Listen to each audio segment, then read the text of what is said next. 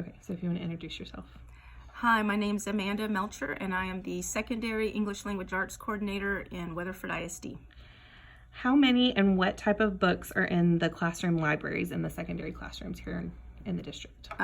Well, actually, we are right smack dab in the middle of increasing the number of classroom libraries that we have in our secondary classrooms. So in the 2019-2020 school year, every 6th through 8th grade classroom is going to have nearly 500 books inside of their classroom. These are leveled. It doesn't mean that students can't read a book that's not on their level. It just means we want a student, let's say an 8th grade student, to be able to walk up to the library and find the book that's just right for them. Also, it's multiple genres. We want kids reading fiction, nonfiction, biographies, memoirs, informational text. So the classroom libraries in 6th through 8, honestly, it's about 500 books that each teacher will get. And grades 9 and 10, our English 1 and 2 classroom, they won't have as many. They're getting about 100 books per teacher for their classroom library, and these, of course, are more appropriate to and relevant to the age of those kids, teenage issues, current events, things like that.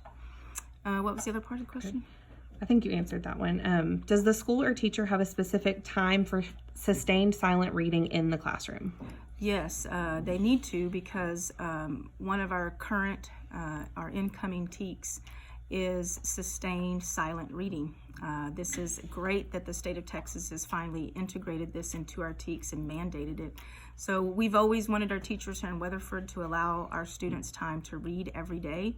But at the middle school level, it will be written into what they need to do. In the curriculum, it says to give a minimum of 10 minutes a day for kids to read silently. But of course, that should increase naturally because you want their stamina to increase. So 10 minutes is the minimum. That should be happening every day. When we get into the upper grades, 8th grade, English 1 through 4, we don't really dictate minutes that they have to do it, but it's definitely promoted, it's encouraged, it's an expectation that they are reading silently every single day. Okay. And then the next 2 questions kind of go together, so I'll give those both to you. How do the teachers select text to teach to the students, and do they use young adult novels?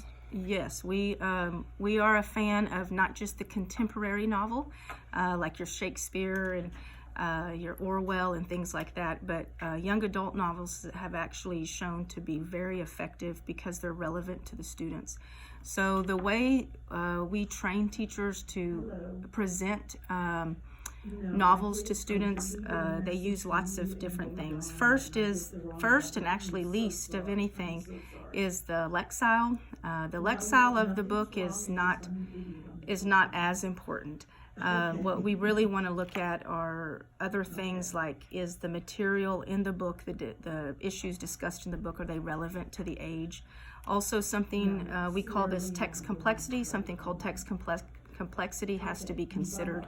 So that's the lexile of the book, but also what kind of issues, what kind of background knowledge are the kids going to need? If they need a lot of background knowledge to understand the text, then it may not be appropriate for a lower level. So there's lots of different ways that they do that, but as a curriculum writer, I'm doing all of that work for them so that the novels that we suggest in the curriculum have already been through that kind of litmus test, so to speak.